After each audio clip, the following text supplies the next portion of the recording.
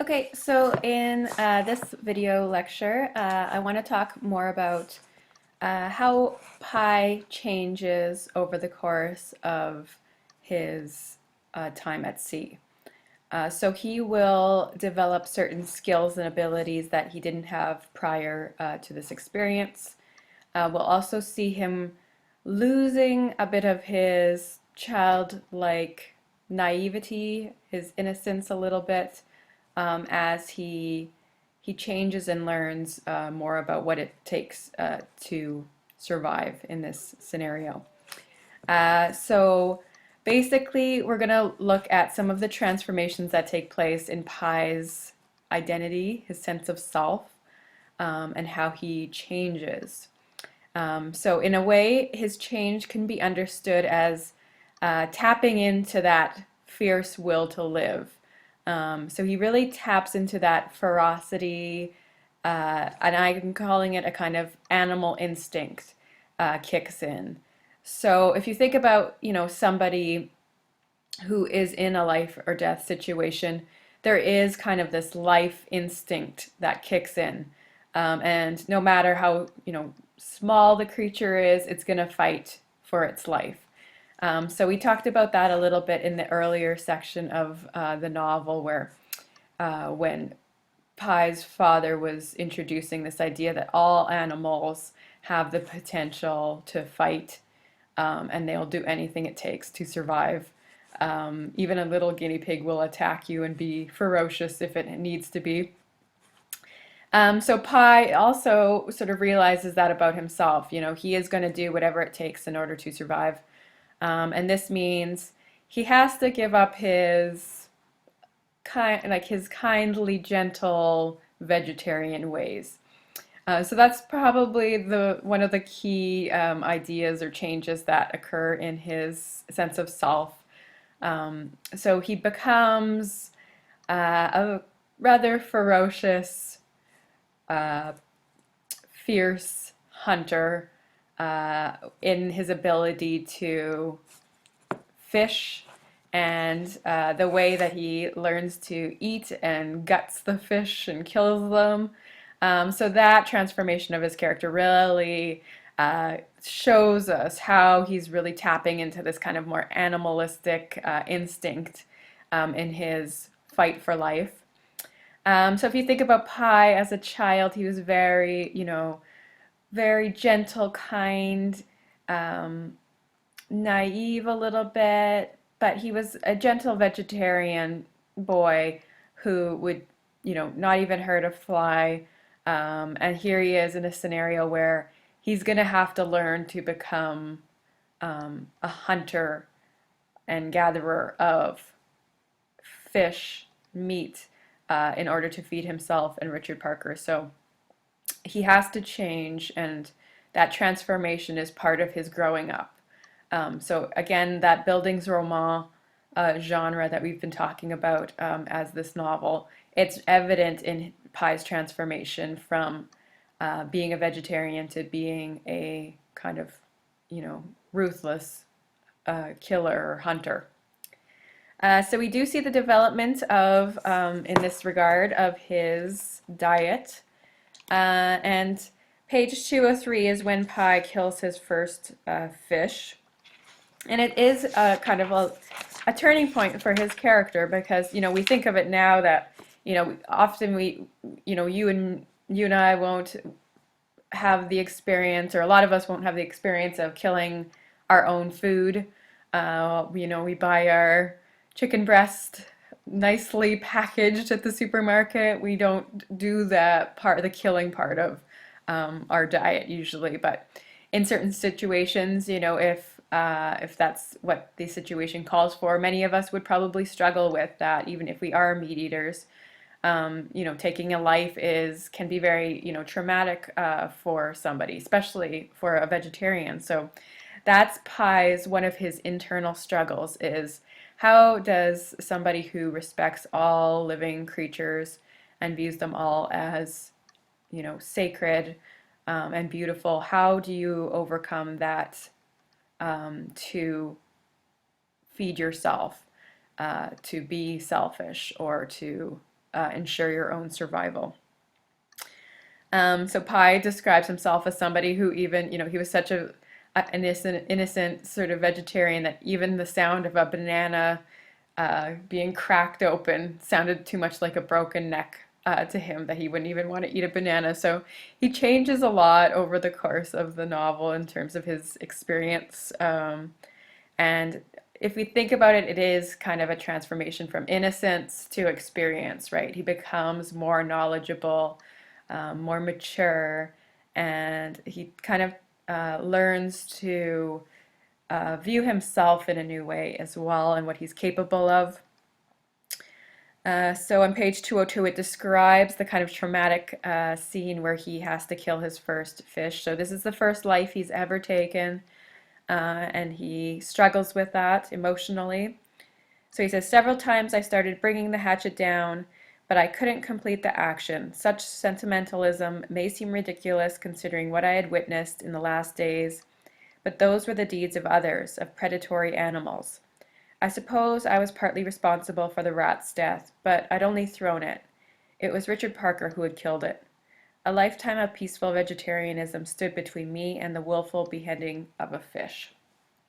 So he has to sort of tap into that ruthlessness that the other predatory animals showed when they killed one another. So he has to become a killer. And 203, this is evidence. So tears flowed down my cheeks. I egged myself on until I heard a cracking sound and I no longer felt any life fighting in my hands. I pulled back the folds of the blanket. The flying fish was dead.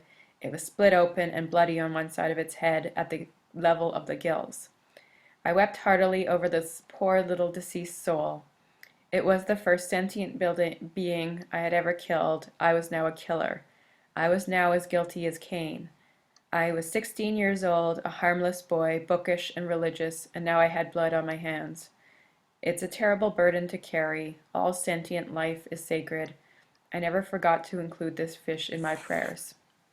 So, I don't know if any of you have had that experience of fishing, probably quite a few of you. So, you do have to, watch a living thing die in your hands. And especially if you're, a sensitive, very kind of soft-hearted, and he's a vegetarian in this case, so he, sees animals as sacred and has never, even had animal flesh before. And he views it as kind of a sin to take another life, so he uses that religious imagery of being guilty as Cain. And he also perceives of himself, he says, I was now a killer. So he sees this as a big change in terms of his innocent childhood and then becoming experienced in this aspect of taking away another creature's life. So major turning point for him.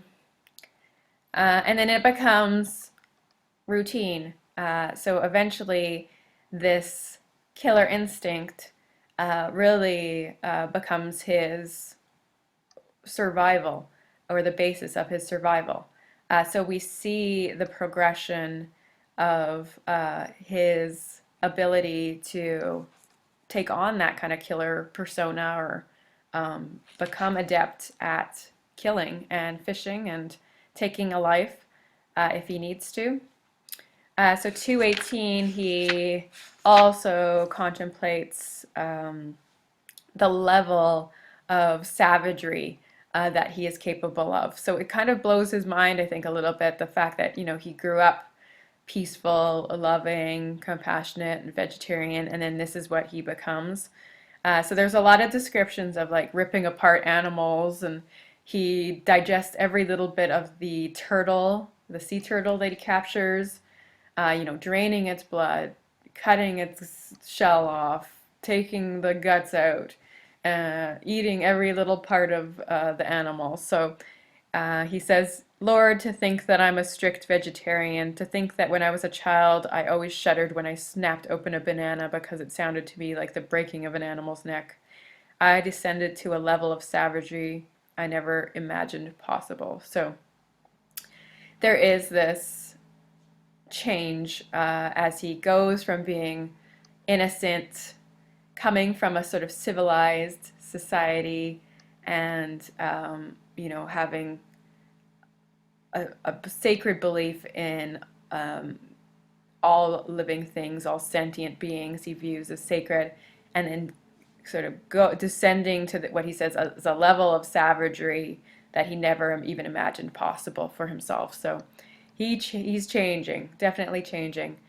And then we see the sort of culmination of this change when he realizes that he's almost, exactly like Richard Parker in the way that he consumes with kind of desperate animalistic savagery. So this is on 249. And he says, "It came as an unmistakable indication to me of how low I had sunk the day I noticed with a pinching of the heart that I ate like an animal, that this noisy, frantic, unchewing, wolfing down of mine was exactly the way Richard Parker ate."